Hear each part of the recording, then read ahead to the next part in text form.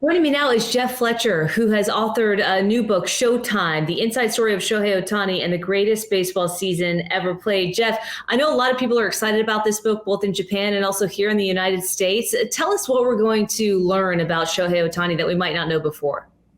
Well, I think everybody saw what he did in 2021, and they realized it was an incredible season that hadn't happened in 100 years. So I think that when you read this book, you're really going to get the inside story, as it says, to how he did it. And it wasn't a smooth ride necessarily. You know, he came from Japan. 2018 was his first year in the big leagues, and he was great as a two-way player for 2 months. And then he got hurt. And then the next 2.5 years were a bunch of injuries and poor performance and questions. And for him to overcome all of that and then do what he did in 2021, I think it's quite a success story. What don't we know about who he is as a person?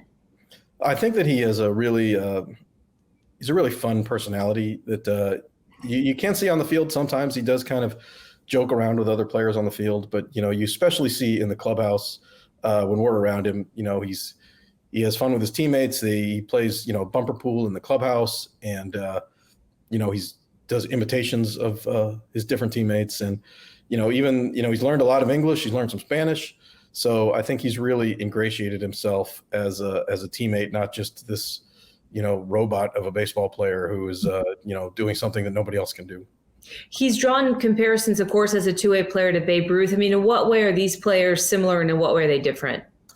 Well, obviously Babe Ruth was a great pitcher and he was a great hitter. And it was he was a two-way player kind of by accident, because once he realized that he was a good hitter, he did not want to pitch anymore. So there were 2 years in 1918 and 1919 where he was kind of transitioning, and he pitched about half of the season. And then he got to the Yankees in 1920, and there was no more pitching. Shohei Ohtani, on the other hand, has totally wanted to be a two-way player the entire time. He's not had any desire to pick one or the other. And I don't know how long he's going to be able to do it. This is his second year really doing it, and Babe Ruth made it for 2 years. So I don't know if Ohtani's going to make it for 3, 4, 5, 6, 10, but it's going to be fascinating to see. Is there any sense that you can glean from having covered the team for so many years and knowing him so intimately and writing this book about how long we can expect to see something truly special in baseball? Or, does it really all depend on how long the body stays healthy? Yeah, nobody knows. There's no precedent for this. So I think every year you have to not take for granted. You have to think, is he going to do it again this year? And if he does, then we need to appreciate how special that is. I don't think we should ever expect that he's just going to continue at this level indefinitely, or even on the normal time frame that a regular player only does one thing. You expect he's going to continue to be good till he's 33, 34, 35. With Ohtani, I mean, who knows? Even this year has not been quite as good as last year. It's still been very good. But I think what that shows is how incredible last year was, and how it should not be taken for granted as just something he can do all the time. And I imagine a question you get a lot, Jeff, is he going to now set a precedent for future two-way players? Is this something that we're going to see trending more of in Major League Baseball? But how unique is he, and is that even the case? Yeah, I don't think we're going to see any more Shohei Ohtanis. I think that what we might see is a player who plays a position and then can come pitch a little bit, or who's a pitcher who can play a position a little bit. But we're not going to see anybody who's at this level in both. And I think the main problem with that is just you can't develop your skills at the same level in the major leagues, because as soon as one skill, the skill that's ahead, the major league team is just going to want to take that and use it in the major leagues and not let the other one catch up. So Ohtani went through that in Japan.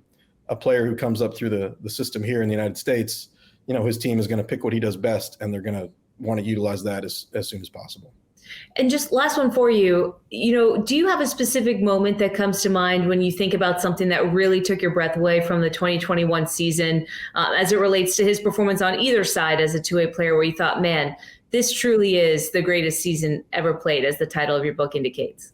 Well, I have a very clear moment, and it was right at the very beginning of the season. So in spring training last year, he was performing pretty well at both, and we started to think maybe this is possible that he could do it. And then the first game of the season that he pitched, he came out and he threw some fastballs 101 miles an hour in the top of the first inning, which is like 4% of the guys in the major leagues can do. And then in the bottom of the first inning, he came up and he hit a home run about 450 feet, and the ball left his bat at 115 miles an hour. Again, something that like 3 or 4% of the players in the major leagues can do. obviously there's nobody who's on both of those lists except for him. So As somebody who's covered the league for a long time, I imagine, that was kind of like a jaw-dropping moment for you where you thought, wait a second, like, what are we seeing here? Yeah. When he did that, we thought, okay, this could really happen this year. And is that when you thought about writing this book, or had it been in the works before that? Or was that when you thought, okay, I gotta chronicle this somehow? Well, I'd started writing the book when he first got to the majors in 2018, and then he got injured. And so the project was sort of on hold. And then around May of 2021, when it really looked like he was really going crazy, then that's when it started to have the idea of reviving the book, and kind of went back and forth with different publishers, and it became a reality right after the season. He's got a really compelling story, and the book is for absolutely everybody. You don't have to be an analytical mind to pick it up. I think anybody, whether they're an Angels fan or a Shohei Ohtani fan or a fan of neither, will really enjoy this read. Jeff, thanks so much for being with us, and best of luck with it. Best of luck with it in Japan. I know there's a rabid fan base over there too that loves this guy, and it's been such a pleasure to watch him in 2021. And fingers crossed that he'll just keep it going, because man, what a special athlete. And thanks so much for chronicling that, for joining me. All right. Thank you for having me.